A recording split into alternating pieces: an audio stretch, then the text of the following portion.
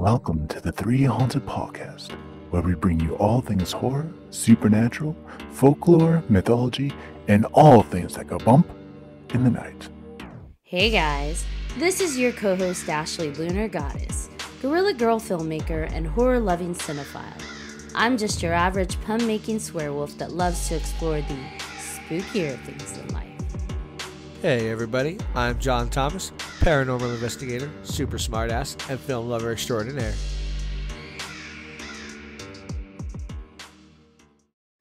What's up, ghouls, gals, and all of my meta pals out there? In today's episode, we have special guest writer and director Rob Levinson. He's joining us for a live stream special to talk about his upcoming movie, The People of New York versus Ronald J. DeFeo Jr. Welcome, Rob. Hey, thanks for having me, guys. I really appreciate this opportunity to speak with you guys about the film. Yeah, we're really excited to have you on. Amityville itself has made quite a bit of an appearance in its other versions, the film versions on the various episodes of our podcast. So it was really exciting to find out there's someone out there who's creating an account of the actual story of Ronald DeFeo Jr. So we're excited to have you on. Hey, that's great. Yep, and there's my dog. It always happens, right? That's, I have two, and you never know when they're going to go off. Yeah. Yeah. So, Amityville.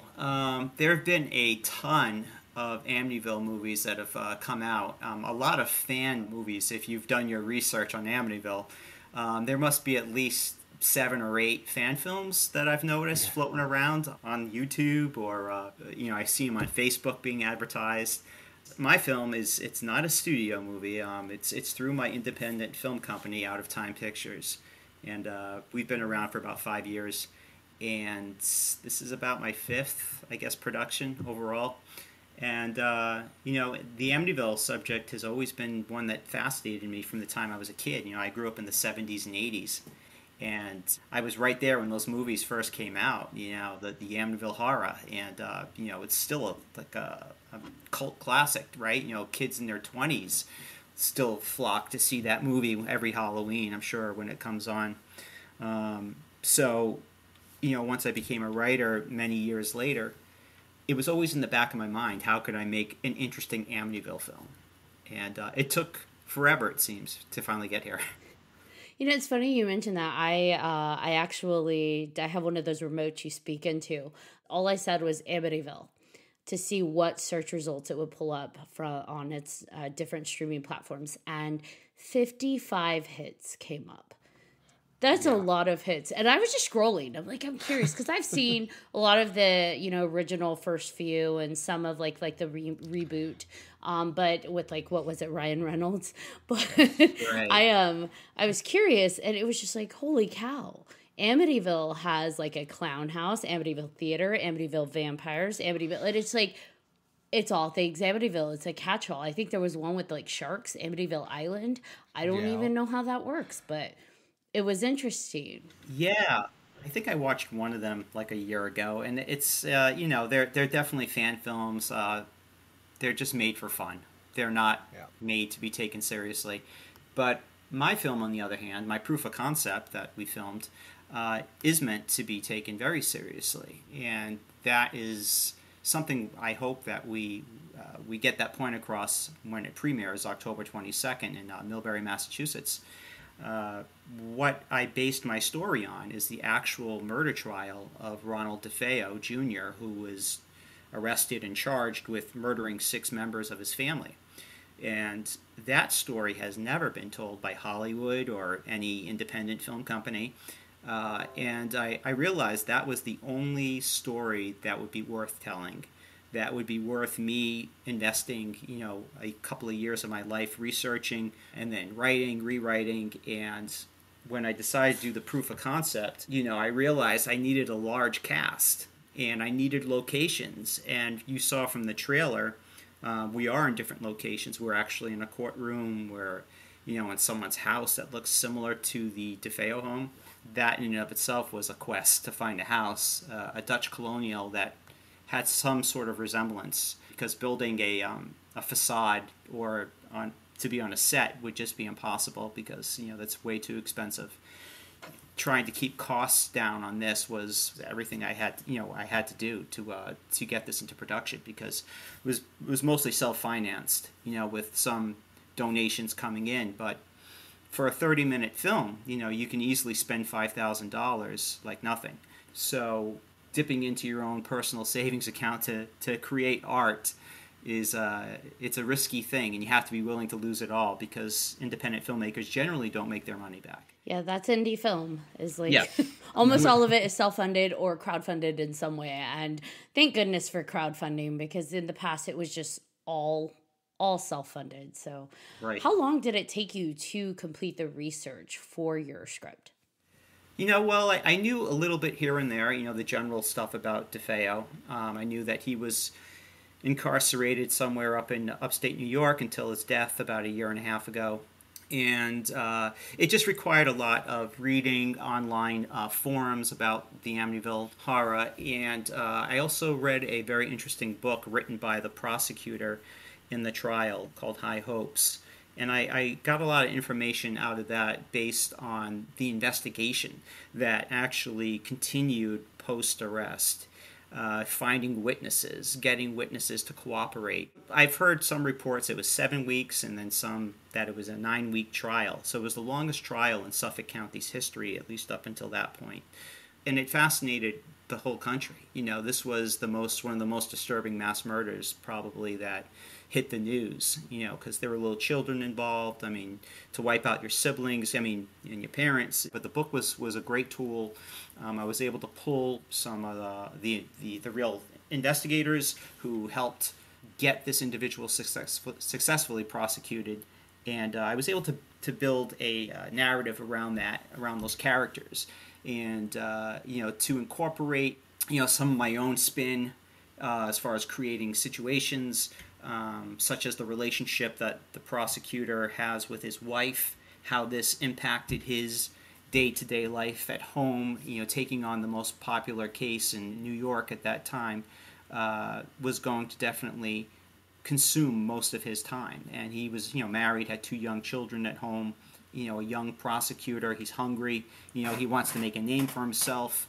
And, he definitely coaxed his way into getting the case, because he wasn't originally assigned this case. So he had to do some, crafty maneuvers to get the district attorney's office to assign him to the case. So is your film told from the perspective of the prosecutor?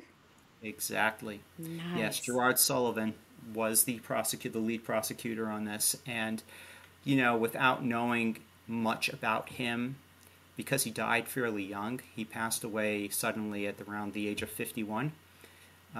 So that was back in the early 90s. And there's not much out there about him. In fact, I couldn't even find a photograph of what he looked like, which is kind of bizarre, considering he prosecuted and got the conviction of DeFeo, that you think that he would have been in some newspaper. I'm sure it's out there. I just haven't found it yet. And maybe I will, maybe I won't. Yeah, being such a high-profile case that's continued on, right? People still try to investigate it even now. You think that it would be be easier to find something. Yeah. So being told from his perspective, I had to really incorporate a lot of my own ideas. This is where, we take creative liberties as artists, as writers. We want to tell a cohesive story, but we also want it to be entertaining. Right? We don't want it to be, it's not meant to be a documentary, it's a narrative film. Not only do we want to incorporate the facts, but we also want to incorporate situations of what if. Could this case have impacted his family life in such a way? So that's where, the gift of writing, I guess, kicks in, or, you hope you have some sort of gifts to incorporate into these characters. And you only get that from feedback from other writers or actors when you work out scenes once you get on set, right? You see what works, what doesn't work. Sometimes you make changes right there on set, even if it's just a word that doesn't fit. And the cool part is my co-producer, Nick Gordon, he's a lawyer, so a trial attorney. Oh, that's great. So he's got a sense of how that goes. Exactly, and he's such a lover of film like I am, and very excited about just working on a case such as this, and being able to be in a courtroom and, you know, telling, okay, that wouldn't really happen, Rob. Let's reword it this way, because that's really what would be said. That's invaluable, you know, because, you know, you think about how many, you know, courtroom dramas where they might get something wrong, or, you know, they really stretch what really would happen, which is fine.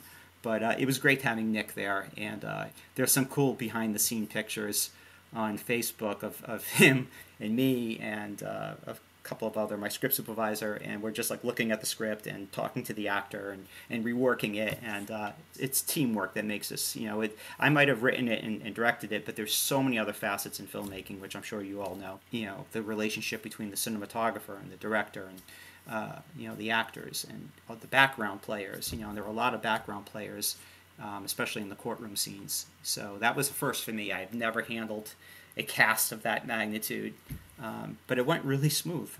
Well, the art direction, just from the trailer alone, like you can tell there's a lot of harmony going on with the crew, because the tone of the editing, the style of the editing very much did take you into the time space this is supposed to be in. It doesn't feel like you threw on, this is in the 70s, this is what happened.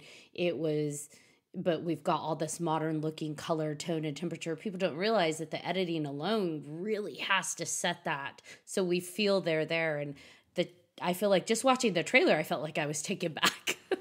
Oh, good. I was going to ask you that. I was going to throw a question on you guys. Did you feel like it was a period piece? Did you feel like it was definitely. Absolutely. Good. Just like the costuming, and it wasn't over the top, right? It wasn't a caricature of what people might think, oh, that's the 70s. It really did feel subtle but appropriate to that timepiece, like a well-executed period piece. Yeah, absolutely. Good, thank you. Yeah, we were lucky. I mean, my editors, David Borges, he's my main editor. I've worked with him on a few other productions of mine, and he's just fabulous. He's got so much patience. I mean, he's probably the most patient editor that I've encountered. And Jeffrey Bassett, who was my cinematographer, but also he was the colorist. He color graded the film. And then my sound editor, Bill Rosenthal, you know, really just added some beautiful Foley art in there. It's such an amazing thing to watch the raw footage and see it develop as you add these little intricate details to make this cohesive, beautiful, you know, story. And I think people are really going to be impressed with it, you know, when they see the whole thing. So you said you grew up with this being, you know, present. You wanted to figure out how to make an Amityville of your own. And I think this is a really awesome way to do it because, you know, I think it's really easy to get lost, right, in the lump of all the Amityville movies and all the Amityville things out there. And this, I feel like just watching from the trailer alone, this stands out already. And it's like, oh, I want to watch that. Yeah. It stands out. Now, did you find, you know, being on the East Coast, did you find like almost a resistance when you're like, I'm going to make this movie? Because it's like, oh man, here we go. Or did you find that people were just like, yeah, that's cool, let's do it, man? You know something? Actors, like indie actors, just want to work.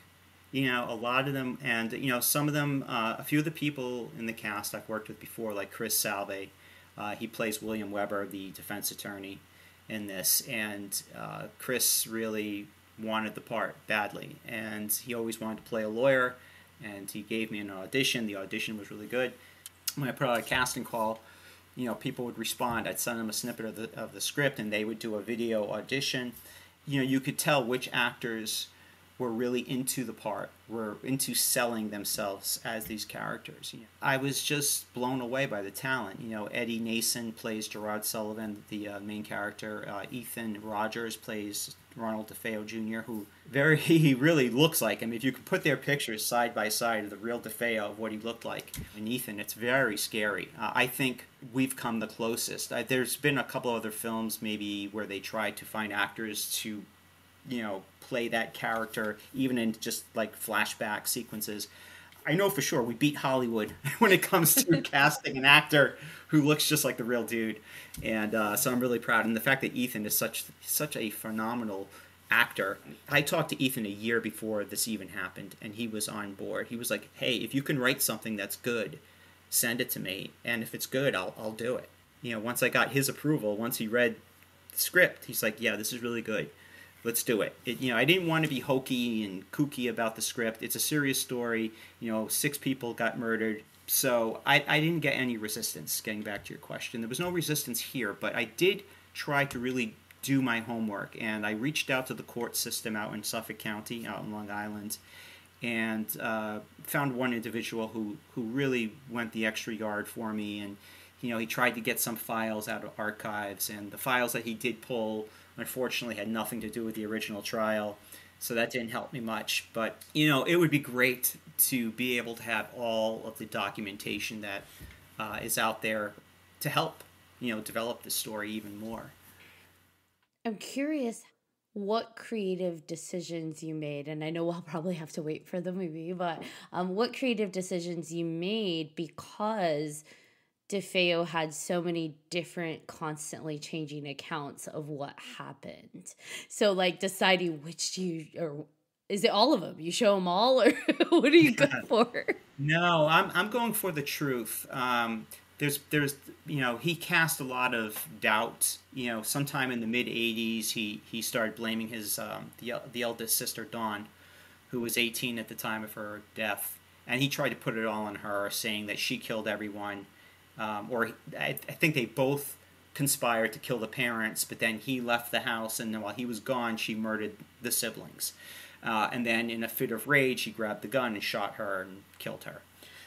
I don't believe that at all. I don't think there's any physical evidence to really prove that happened. I know that there are some people out there who like conspiracy theories, and there was some unburnt gunpowder found on her nightgown, but that doesn't mean that she fired a weapon. It just means that she was in close proximity when the weapon was fired, which makes sense because both of the daughters, his sisters, they received to be shot and killed is horrific in and of itself, but they were shot at close range, and they were both headshots to both of the girls.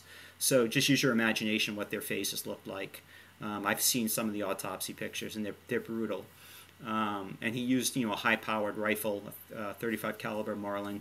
So it would make perfect sense for there to be, powder residue on her clothing. He's just the most unreliable narrator there is. I mean, do I think Butch was somewhat mentally ill? Probably, but he was also a drug-crazed 23-year-old. He was doing LSD, shooting up heroin, drinking a ton of alcohol. Do I think he was high that night? Probably. But do I think he knew what he was doing was wrong? Probably. I think he had a mindset that, it was in a fit of rage. I don't know what prompted him to really kill his siblings. But, the theory behind the prosecution standpoint is he did it for insurance purposes. That the father had like a $200,000 life insurance policy, that he thought that he would be able to inherit all the money if everyone else was dead. In fact, this is a fact that he said this to one of the investigators after he gave his confession about murdering his entire family. He said to one of the detectives, "Does that mean I can't get the life insurance money?" Oh my gosh. That's how stupid he was. He just thought, I just confessed to murdering 6 people, but I can still get the money, right? Well, it's interesting too because they've had different ballistics experts, right, talk about the gunpowder, and they've all said the same thing in terms of, just being close range will cause that. It's not enough it being on her nightgown isn't enough to really be like, oh, she shot some people. Yeah. I mean, and let's not forget this. This is a very important fact of the case.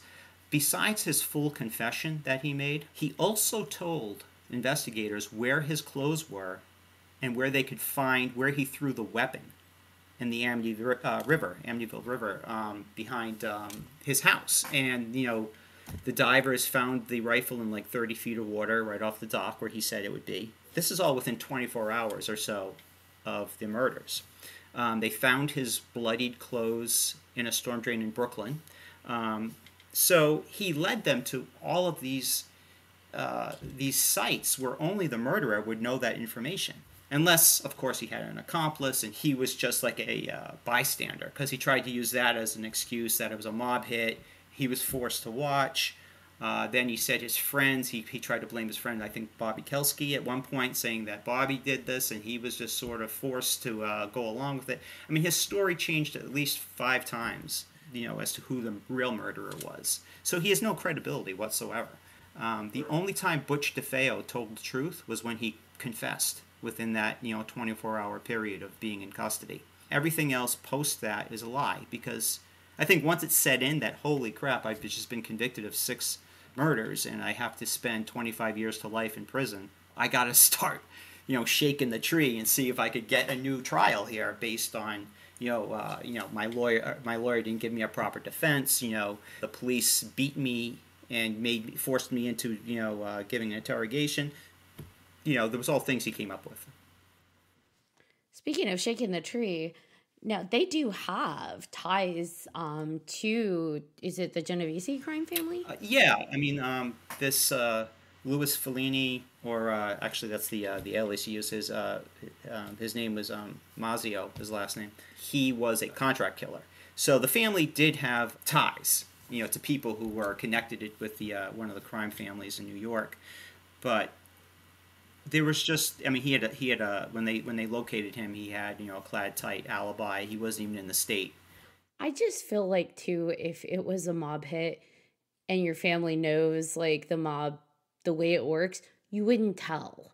Like, it wouldn't be, oh wait, it was the mob. It was it would just be one of those things where you take it to the grave. Yeah. Right, because even if you got away with it, I mean, he'd still have the mob to worry about now. So. Yeah, they're coming after you now. For sure, and the mafia generally doesn't wipe out the whole family. Right. They tend not to murder children. Maybe the husband, for sure, if they were after him. The wife, if she got in the way, but not children. So even the mob has a code of ethics. I am curious, though, because the one thing that I've always tried to get my mind around is the fact that nobody heard the gunshots. Yeah, well, something, and that's the biggest mystery. Even the prosecutor in the case was dumbfounded by that. You could go on YouTube and you could listen to a bunch of different opinions about that. That the home was so well insulated, that the gunshots wouldn't have been heard. I don't know. I don't want to go down the road that it was because the devil had something to do with it and was able to silence the shots. I just don't believe any of that. I've never even heard that theory. Yeah, well, if you read enough, I mean, people just like to throw all kinds of crazy things out there, and I don't know. It's the dead of night. You would think that 6, or actually it was like 8 gunshots. You'd think someone would hear it, even the next door neighbor. But I think that's the biggest mystery, and the prosecutor himself says he'll never understand that aspect of the case. But yeah, because it's a rifle. Rifles are not quiet, and they were saying he didn't use a silencer, right? So it's no. Those are loud. I don't know if anybody's ever heard a rifle being shot. Like, that's not a quiet sound. So it's I'm curious how the other family members didn't hear it, but let's say heaviest sleepers around, how nobody else heard it. Because I could see how maybe neighbors wouldn't, right? Because depending on the weather, depending on how large the land is, that's maybe feasible. But 6 people asleep in a home, I don't know. Well, there's one theory out there about the kids, why the kids didn't get up and leave the house, is that, think about, I don't know if you've ever had a horrible nightmare or a night terror where you wake up and you can't move, like you're frozen in bed, like you're conscious of your body, that you're awake but you can't move. So these kids who are really young, especially the boys, it's possible they could have heard those noises, woken up, been so scared that they didn't want to move. You just freeze. You feel like you're protected in your bed, right? If you put the covers over your head, perhaps. And then when they saw Butch enter their bedroom, even though he was holding a rifle, they were probably confused. They didn't know, like, my brother's not going to kill me, not going to shoot me. He's probably here to protect me. And then, lo and behold, they get shot. But that makes sense. Yeah, there's many theories. And then the girls. Well, the eldest girl was on the top floor. On the 3rd floor, and the parents' bedroom was on like 1st floor, or 2nd floor rather. And then the sister Allison, 13-year-old, she was on the same floor as the parents. Could be wrong, but so you don't believe in the devil? Wow. that made him do it. I'm kidding. I found it interesting because there is a quote out there where they were asking him about like the demons in the Amityville and stuff like that, because I think he even tried to blame it at some point. And his response was something along the lines of, there are no demons in the house. I'm the only demon, or something like that. Or like, I am the demon. Pretty much saying it's not supernatural. I'm the monster that did it. Yeah, so. I've heard him refer to himself as I'm the Amityville Horror. I've actually heard him, I think he said that in an interview. So I think it just depends on, what day of the week it was when people were questioning him. He just changed his mind whenever he felt like it. There was a good interview that they did with him back in 2013 or something. But I think it was the last video interview with him, and he was already an older man. He looked like he was ill. It was a good program, but unfortunately, they didn't go far enough with asking him accusatory questions. It was almost like dancing around him, asking him questions that really didn't matter to what everyone wants to know. Now that you're in your 60s, are you ever going to admit that yes, you did this? At this point in your life, you're not getting out of prison. You're not well. Leave like a dying confession, perhaps, or He wasn't having it. Now, he did die in custody in 2021, and I'm curious, how do you think that will impact the release of this? Do you think it might bring more awareness to it, or do you think people are going to move on from this story because he's gone? Well, the hope behind the proof of concept is, I have a 30-minute proof of concept. So we give people like the appetizers.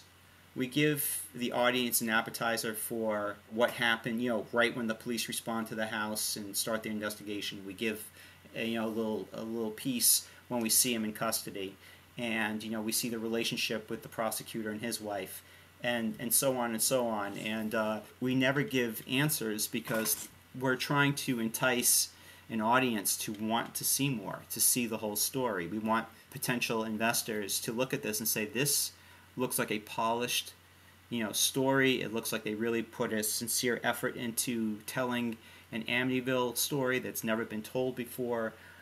Considering it's low budget, it doesn't really look like it's low budget, I think. And there's potential there, and that's what we want. Everyone who has seen it, they say that there's a lot of a story there to be told. There's different facets of the story, and it's not so much to talk too much, to emphasize too much about DeFeo himself. He's a character in this. He's definitely important to the story. He is the story, but it's more of the prosecutor. It's more of how he went into this case not realizing how challenging it was going to be to get a guilty verdict. Because, the defense attorney, William Weber, who was like the third attorney that was assigned to DeFeo in the case, really did what he could to throw monkey wrenches in the prosecution. And he did a pretty good job, all things considered. And, I want to show how, this case could have gone either way. It wasn't just a slam dunk as you would think it would be. Yeah, I think they even went really hard on the insanity.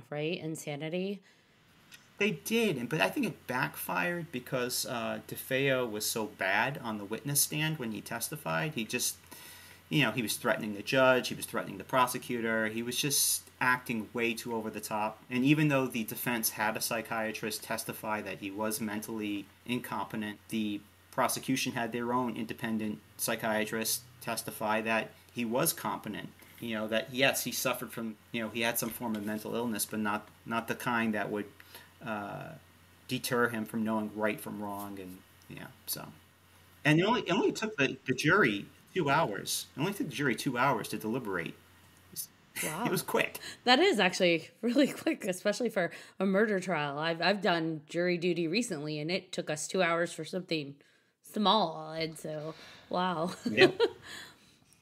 So you read High Hopes, and I actually was listening to an interview with George Lutz recently. Okay. And it wasn't about like the paranormal. It was just, talking about the house itself and why he bought that house. And so it was interesting because he did reference the High Hopes book and was talking about where High Hopes even originated from, the name. And I think it was because they had put a sign outside of the house before the DeFeo. Wait 1 second. Before it was sold. Uh-oh, does he have it? Dun, dun, dun. He has a prop from the movie. He has the sign. Yes. Sweet. Recreation of it. Love it. That's awesome. It looks exactly like the one that was in the photograph. So, Yep. he mentioned that they also brought in a bunch of statues that he had commissioned, the father had commissioned. And so they were thinking something was going on, that they were suddenly bringing in all of this, I guess, religious imagery. And so I was curious where you think that originated from, what was causing that? Because I think they said a few months later they all were murdered. Yeah, I have the answer for you. Ooh, he's got it. I got the answer for you. So, and I think even in the book, Butch, Ronald DeFeo mentions this, that there was an incident that happened a few weeks before the murders where the father was abusing the mother. The father wasn't a nice person. He was a bully. He was a big guy, if you saw pictures of him. And do I believe that Ronnie Jr. was a victim of, domestic violence? Sure. I'm sure he beat his kid, and he probably hit his wife. So what happened was Ronnie DeFeo Jr. went down with a rifle, pointed it at his father, and squeezed the trigger. And even though it was loaded, there was a round inside the chamber, it didn't go off. So that's what prompted the father to say this was a sign from God. God saved me. God stopped that rifle from being fired. And as a result, they drove all the way up to Canada. That's where they got these statues from, where they were constructed. And he brought it home. He would pray. He was praying all the time, from what people were saying, that he became very religious, and that he thought this was God intervening and giving him another chance at being a better person or what have you. So guns do misfire, for whatever reason. So that's the story behind the statues. Interesting. I mean, I think that's something that probably is a byproduct of, being addressed in the film, is that, or something side note, but I think we can all agree, people don't in their right minds go and murder their entire family. And he was obviously addicted to a lot of different drugs, like you said. They even mentioned it in some of the articles out there that, he had been partying with his 6 friends or something the night before. But it would be interesting to hear or see how that impacted not just him, but his siblings. We'll never know that story. And that doesn't make what he did right, but we only are left with what he shared. And he's not a credible witness. And so any of his stories is well, that sounds plausible, it could be true, or this sounds like it's probably not true. But even trying to wade through that has to have been really difficult for you. Yeah, I mean, it's just, I think you have to use some form of common sense when it comes to things that Butch said. I mean, there was even one story where he said the mother killed the father. It was just one of those. When I heard that, that's really, you got to be kidding me. Reading the book really painted a pretty clear picture for me. And, it's just my take on the source material that's out there. And you pick and choose what you want to talk about. It's kind of like the writer's options. There are options on the table. Yes, could have I picked that this was a mob thing, or could I have picked that Don was responsible for these murders and that Ronald was a victim himself and all of this? I could have, but I don't feel that has any merit to it more than what the evidence shows. 15 years ago, there was this theory that the mother was shot by a second gun, that there was another gun used. And according to the autopsy report, is that, it was the same caliber bullet that killed all of them. So there was this theory that there was a gun. I mean, I know they said they found the frame of a pistol in the Amity River, but that doesn't mean anything. I mean, people throw guns in the river, all the time. I mean, where do you think, what's the number one spot, where someone chucks a gun? They chuck it in the river, right? Or a harbor, where the gun won't be located probably. So hopefully I'll have the opportunity to make this into a feature film someday and really bring something there that's worth presenting to an audience, especially one that really enjoys the Amityville story. It's really compelling, and you are bringing an aspect of it that tends to be overlooked. You've got the prosecutor's actual marriage and how that's being impacted, which, when we're watching TV and it's a court drama or something, you're just seeing the investigation and in the courtroom, and oftentimes it's highly dramatized, but we don't really see how these things are impacting people's personal lives. It's really creating a personal nature. Yeah, that's what I'm hoping to do. And you want, anytime you go to a movie, I mean, I know when I go to a movie, I'll try to pick out one character in the story that I feel attached to, or I would like to be that character, in a movie, even if it's a female character. There's some female characters, especially the way they're written over the last 10 years, that even men can relate to them, because there are so many writers out there who finally are starting to write good parts for women. That's always been the biggest problem in Hollywood. Only the guys get the good parts. Only the guy gets to save the day. But that changed a long time ago, and that's great. Even though this is a period piece, it would be great to explore if Gerard Sullivan's wife was a strong woman, if she really was his rock, and maybe be able to explore that and show that more to the audience, that, the only reason why he won this case maybe was because of his wife's undying support and, picking him up when he's fallen down. And, so that's important. But, you kind of want to stay on point too. I don't like to stray too much, but unfortunately, when the people are no longer alive, and you don't get too much cooperation from the outside, you're kind of stuck. Your back's up against the wall, and you want to finish the story. So you have to be creative, and that's why we say it's based on true events, not that this is a true story, because it's not. It's not a true story. Yeah, I think, you're staying true to what you've been able to research and to the facts of this is what happened in the case. This is, the facts of the arrest, the investigation, the accounts of what has been told in books by, some of the investigators in High Hopes, but also from DeFeo himself. And then you're adding your piece as an artist, as a screenwriter. And I don't think there's anything, that's what storytelling is, even on the ones that are based on, or not even based on true events. This is a true account. Even those, unless you were there living it in that moment, involved firsthand, you really can't tell 100% of what happened. So you have to rely on the artistry to bring that story together and to pull the audience into care. Exactly. And, even though this isn't a Amityville horror movie in the sense of, showing poltergeists or, windows exploding, it's about the tragedy that happened in the house. And the real horror of Amityville is much more disturbing than anything that's been presented, in these other films that were made in the 70s and 80s about demonic spirits in the house. Because we've seen that done to death, right? How many movies are there about exorcisms or, and they're fun to watch. I love horror films. I do, especially smart and I just saw one not too long ago called Watcher on Shudder, and really, really good. It kind of harkens back to, the older 70s movies, where there was this slow burn. You don't see many slow burn films anymore. They just, people, an audience just wants to get to the heads exploding and things like that. They don't want the build up to the payoff. Oh, we talked about that recently in movies that have it's just gone too visceral to the point where I think we're losing the stories. So it's really nice to go back to a space, especially with something that's traditionally a horror icon. The Amityville house, you can show a picture of it and most horror enthusiasts will be like, Amityville.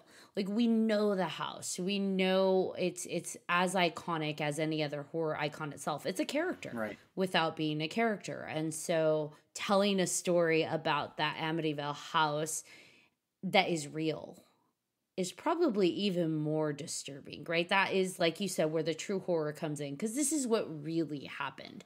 This is what jumped off all of that. Well, think about it right now. What's the most talked about show, right? It's Dahmer, that series, right? Yep. Even though I'm sure they took plenty of creative liberties there, a lot of that is based on, testimony, real, the real facts of the case. And that's horrifying, and they don't necessarily even need to show, and they're not really going gratuitous with it. They're not showing over the top stuff. But man, the actor who's portraying Dahmer is so damn creepy that you believe you just look at him and he creeps you out, right? Yes. He's been creeping me out since American Horror Story season 1. Yeah. Evan Peters, yeah, that's he does what it have is. his eyes, like the actor's eyes. He's got like these dead eyes. I was about to say Detta. Dead, you know? He's really good at playing a creepy guy, you know, so... and you think it's something he puts on, but you see pictures of him and like the paparazzi, and it's like, nope, and that's just just like his face. Yeah, like he's intimidating to look at just because he's scary. He's very in the moment all the time, it seems. So, you know, I just want to give a shout out to my cast real quick. I mean, I know I spoke about Eddie, Nason, and Ethan, but you know, I have a cast of a ton of people. Like I've got Amy Thomason, who's playing Betty Jane Sullivan, the wife. I have Kayla Caulfield. Some people might know her from the Academy Award-winning film Coda. She's in this, which is exciting. Paul Noonan. We have Paul Kandarian. All these guys are big New England actors. I know you're not from this area, but if you were, you would know who those people are. Mark Powers, another well-known actor here in this side of the country. Donnie Francis. David Torres Jr. These guys played the detectives that you saw in the trailer, and man, these guys really look like the real deal. You know, I tried doing the best I could to make, you know, to try to cast these actors who resembled the real guys. Luckily, I had photographs of the detectives who worked on the case, and so it was just it was very blown away. Sometimes it was just like, wow, I was on set and I'd be like, I can't believe this is happening. You know, there's always that euphoria that happens on every movie set that I'm involved in, where you're standing there and you're watching these actors, you know, say the dialogue, and it's like, how the hell did I get here? You know, there's so much preparation that goes into getting a movie done, and that's the part that's the payoff. To stand there next to my DP and just watching it happen. You know, it's like a kid in the candy store. When did you start the proof of concept? Like writing it and researching it? Yeah, I started the end of last year. I want to say around December. By March, I was essentially done. Oh, wow. And, you know, I had about 50 pages. What about the research? The research, well, that started a year earlier. Research was about a year. Writing, taking notes, trying to figure out whose perspective I wanted to tell the story from. At first, it was going to be from Ronald DeFeo's perspective, and I'm like, well, that's just going to be all over the place. You know, that's going to be like a puzzle, because he kept changing his story, and I just, you know, I didn't want to go down that road. So I'm like, let's tell it from the good guy's side. You know, let's tell it from the guy who really did his job and got this guy put away. I like that you changed perspective of who it's going to be shown from. It's a little slippery slope and a little bit of a dangerous space when telling it from the antagonist perspective, because sometimes inadvertently we kind of glamorize them when we don't mean to. and by shifting it back to the prosecutor, not only that, you get more area to play with like the relationships, because you have not many relationships going on for Ronald DeFeo other than his fake wife or whatever she was. But telling it from the perspective of the prosecutor, I think definitely opens up more avenues of those personal relationships and how a case of that like magnitude and just terror would affect personal life. So I think it's great that you chose that. Yeah. Thank you. And you know, I plan to tell a little about Ronnie more through, you know, the people who knew him, the bar people that hung out with him, the people who did drugs with him, his girlfriend at the time, who Kayla plays really brilliantly. You saw her in the trailer testifying on the stand. So you know, that was an abusive relationship, and to be able to see Ronnie through other people's eyes, I think is important, because I think that's more of the truth than Ronnie telling who he is, because Ronnie's just going to play the victim card, you know. I was a victim. Were you able to find anybody that was around during that time experiencing it? Or is this all just, you know, through the research that you were able to do? It's part research, and then it's part just building a story on research, on, you know, testimony from what the police said, and just building on it. I'm still learning this, believe me, I'm not ahead of the game. There's so many talented filmmakers that I know personally who are just, I see their work and I'm like, man, I want to be as good as them someday. And they're 30 years younger than me. That's the scary part. You get guys who are 25, 30 years old, and they're making these amazing films. Like I said, Chris Salve, he's an actor, but he's also a writer, filmmaker, and he's doing some great stuff. Gabby Rawson, who's actually one of my co-sponsors, she's sponsoring the event coming up. GR Films, check her out. She is killing it out there. Her movies are to die for. If you like noir, those films, Chris and Gabby make the best noir. I won't even try to venture down that territory just because I know I can't do what they do. What you do is you marry the world.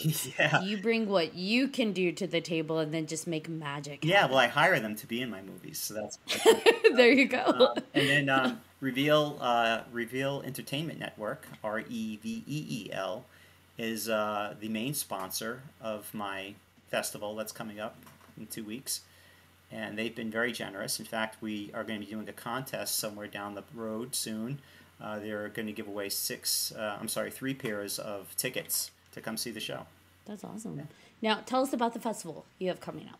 Yes. So October 22nd, it's a Saturday at the Elm Draught House Cinema in Millbury, Massachusetts. A great nostalgic type cinema, one of those old cinemas, a throwback to the 60s. We're showing it there, and along with my film, we have about 7 other movies that we're showing, short films from some amazing filmmakers, all the way from Los Angeles to New England. People can go to my event page on Facebook, the Amityville Film Fest, and they can see who's going to be there as far as the other filmmakers go. We have everything from the strange and macabre to the hilarious. We have a bunch of different films. It's not recommended you bring young kids to this. It's definitely not for young kids. I'd say, if you're 15, 16 or older, that's the ballpark. We're also celebrating some women filmmakers, and I wanted to incorporate more women filmmakers, and we have 3 wonderful filmmakers who are showing their work. And so I'm trying to cover as much as I can in 4 hours. It's from noon to 4. So it's a tight schedule. We are showing one movie right after the next. And we'll have pictures available. People can come. We have a photographer who's coming. Some of my actors will be there from the Amityville movie. People can get their picture taken with someone who's probably going to be really famous someday. So that's cool. All right, get them when they're starting out. So I'm very psyched. This is my 3rd premiere I've done for a movie, and I'm just so super excited about this because there's been a lot of charisma behind this. A lot of people really excited to see this one, just because I think because of the Amityville, connection.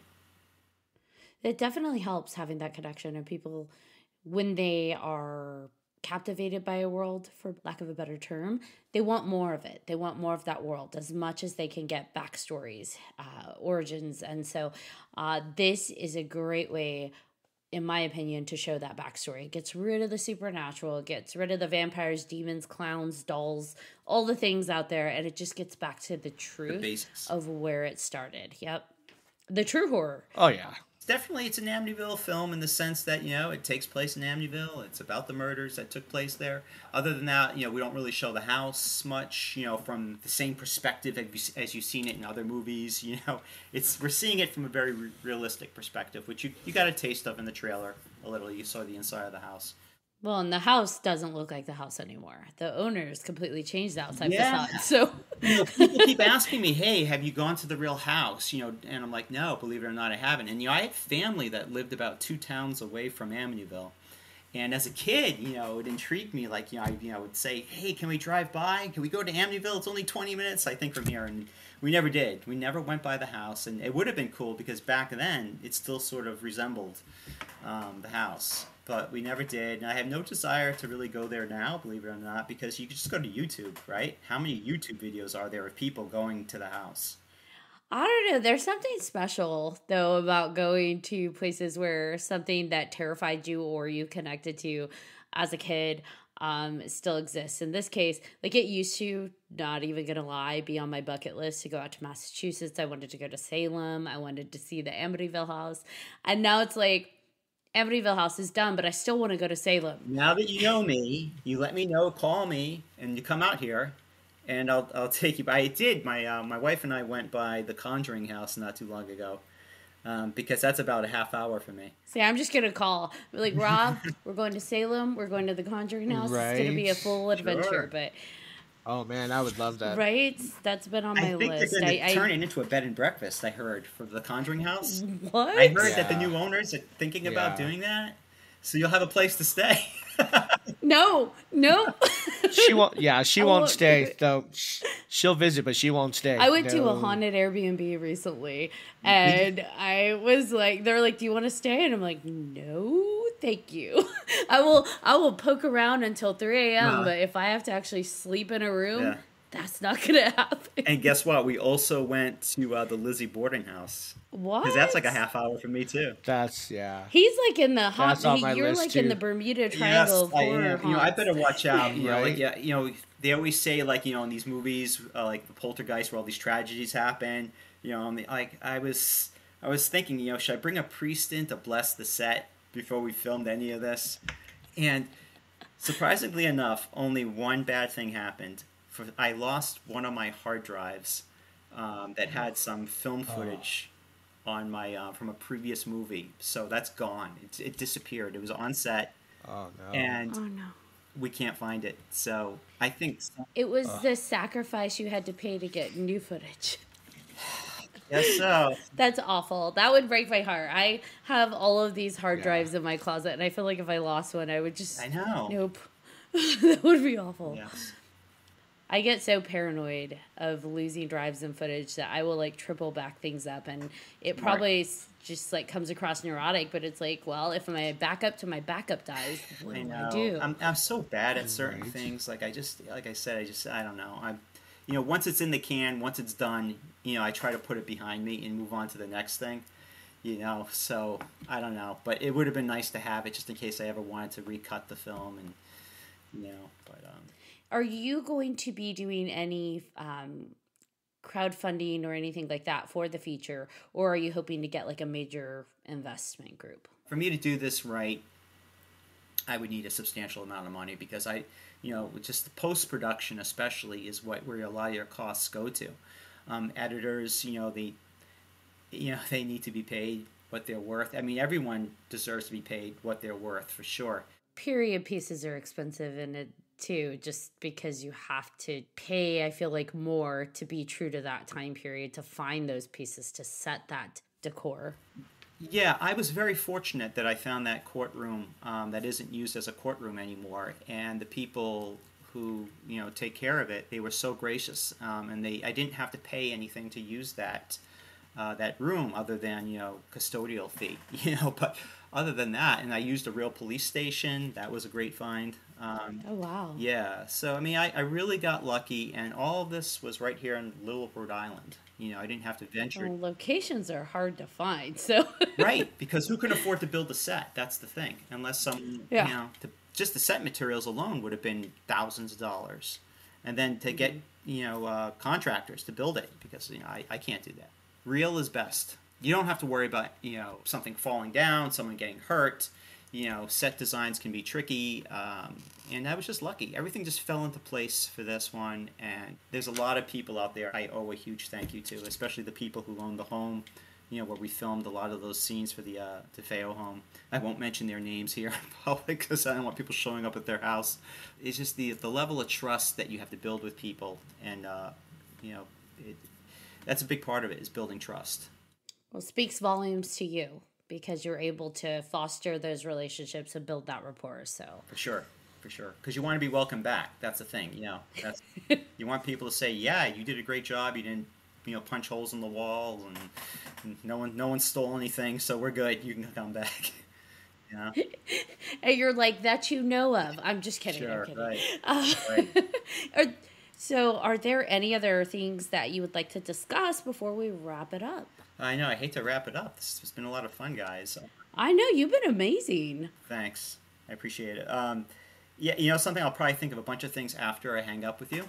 I want to give a shout out to also Jeremy Arruda. He's the individual who designed my poster, that awesome poster, the silhouette of Ronald DeFeo with the windows, the famous windows. And he's also one of my main composers. He wrote we have original music that was written for the movie. So he's an amazing composer as well as a graphic artist. My brother wrote a song for the film that you'll see in it. And there's a lot of people that are just so wicked talented, that really helped me make this a real thing. And my partner Nick Gordon, he's fabulous, love the guy, and he's been such a benefit to everything I've ever worked on. Well, not everything, but the last couple of projects he's been helping me with. So I guess that's it. Just I'm very gracious. I don't take anyone for granted, and hopefully they realize that. When we come together. We need more people like you out in the world. Gratitude's huge. You got to say thank you, and you have to be sincere when you say it, because, even when mistakes happen, these people are there working for not that much money, and a lot of them make more money than I can afford to pay them, and I realize it, and I realize that they're doing me a favor, but at the end of the day, we have this beautiful product that we put together, and I think they're all really proud of the people who have seen it, the crew people who have seen it. They're blown away by it. They're like, wow, you really got something here. The editors are like, this is really good. If people don't respond to this one, then maybe I'm going to hang up my hat. I don't know. If people don't respond to this one, they have bad taste. Okay, all right, we'll put that. I'm going with that one. I'll let them know that that's what you said. So. That's what I said. I said it. I said what I said. Cool. Now, and you can quote her on that. Okay. Yes. Now, remind us, for all of our listeners and all of our watchers, where can people go to find out more about your project? All right. Well, you can go to my Facebook page, or you can go to Out of Time Pictures, which is on Facebook, and they'll find links to my films. They'll see a lot of stuff about this one because I post every day. Essentially something I probably, everyone's probably like, oh, he's at it again, he's posting another thing about it. But I've overstayed my welcome, I think, with flooding people's Facebook streams with my film and the event itself. But you want people to buy those tickets. Tickets aren't that expensive. They're only $15 a piece. You get 8 films for $15. That's pretty reasonable. That's a very good price for a film. Yeah, exactly. So, if you don't like something, just wait 5 minutes and you're going to see something you probably do like. That's what I tell people. Come out, support independent filmmakers. We need you. We need your support. We need you sharing our posts. We need you telling other people to come out and support us. And, it's a great venue, a great cause. And you're helping this old middle-aged guy here make his dream come true. Well, thank you so much for joining us, Rob. I am definitely going to be bugging you when I go out to Massachusetts. I'll hopefully be there in the spring, so I'll be bothering you. So. Oh, awesome! That'd be great because maybe by then we'll have money in the bank and we'll be filming the movie, and you could, be an extra. Woo! There you go. I would not say no to that. Okay. Actually, right. I'm not really comfortable in front of the camera, but if you need some extra hands, I'm great at. You could be my craft person. You could help me. There you go. I'm great at crafting. Me too, because I did craft too on this one. I was the craft guy and the director. So. Well, there you go. I'll just be a general PA and crafty, and there we go. We got this. Sweet. Well, thank you so much, Rob. All right, John Thomas, you want to bring us home? I do. Thank you again, Rob. This has been absolutely amazing, and I'm looking forward to watching this film, and fingers crossed on feature length there. Yes. So, yes. And thank you, everybody who has watched us live and who's tuning in. I'm your host, John Thomas. I am Ashley Lunar Goddess. And if anybody has any episode suggestions, comments, questions, please feel free to email us at 300podcast@gmail.com. And if you haven't done so already, like always, we ask if you would like, follow, and subscribe to all of our social media. You don't want to miss one crazy moment. Until next time.